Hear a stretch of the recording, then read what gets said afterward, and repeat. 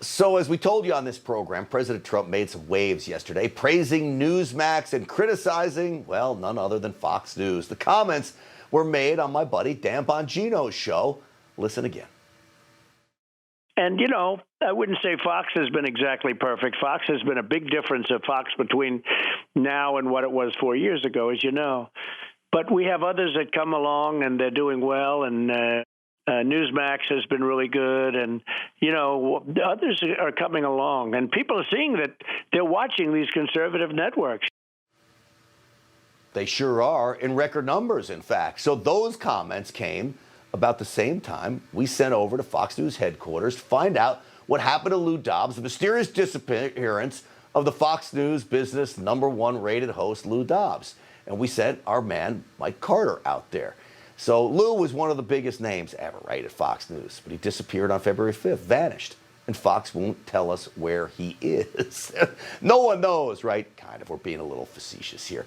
We got a huge reaction, though, to our correspondent Mike Carter's search for Lou over at Fox News headquarters. Here's a little piece of that. Do you miss this guy on the air? Should he be back on the airwaves? Yeah, I like Lou Dobbs. I'd love to see him. If he was, you know what, he should do an independent thing. I want him back on the air. I want Lou Dobbs on the air, please. I'm a Trump supporter, so I miss him. Have you seen him, Mr. Lou Dobbs? Where did he go? That way. Do you like Fox News? No. Do you want him back on the air? Of course I do. He speaks the truth. Well, someone who maybe could shed a little light on Lou's disappearance is the podcast host of Bowling with Favre.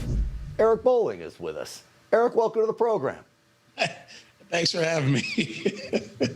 So, thanks for having me. You see the sign he has out there? You see the sign he's got there? Where's Lou? I mean, I love it. You can't be surprised by any of this, though, right? Yeah, and unfortunately, he's not here. I'm pretty sure he's not in South Carolina, but so I can't actually report on where Lou Dobbs is, but I can definitively say Lou Dobbs is not in my neighborhood in Charleston, South Carolina. But he's got to be somewhere because he posted this really cool picture of himself with the blood moon the other night. So that's within 2 days ago. So we know he's at least on Twitter. So guess what, Eric? You see this skyline behind me? This is Big D. This is Dallas, Texas, where we're broadcasting. Maybe Lou's nearby someplace. So I ought to go out looking for him with a big sign.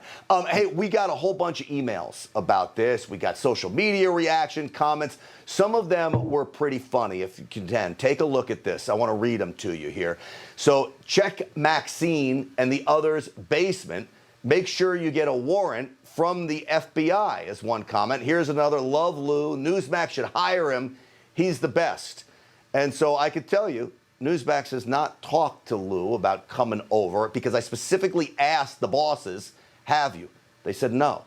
But they also specifically said, Stinchfield, if you want him on the show, go get him. He's welcome on any one of our programs. So you can't be surprised, though, Eric, that so many people are hungry for more of the voice of Lou, correct?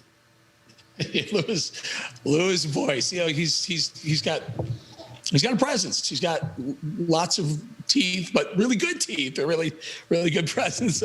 I've known Lou for a very, very long time. Very smart guy. He came from CNN. He came over to Fox Business and stayed at Fox Business. Everyone was wondering if he was going to make the move to Fox News, and for whatever reason, just kind of found his niche within the Fox Business community. And he had, as you point out, a lot of Lou Dobbs fans walking around there, no doubt. Do you think, Eric, that it was his staunch support of President Trump that got him kicked out of there?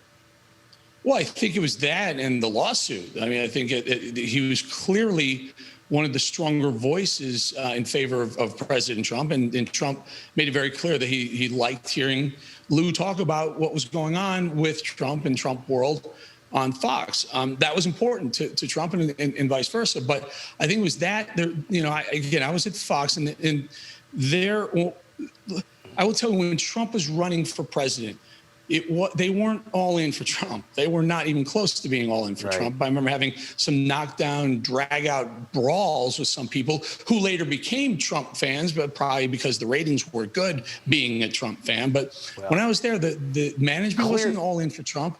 Upper-level management didn't specifically love Trump. And when so as an early Trump supporter, I took a lot of heat for it. Lou took a lot of heat for it, but we stood our ground.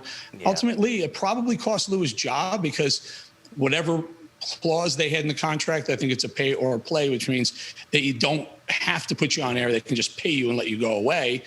They probably exercised that, and especially didn't help with that lawsuit that got brought up. Right.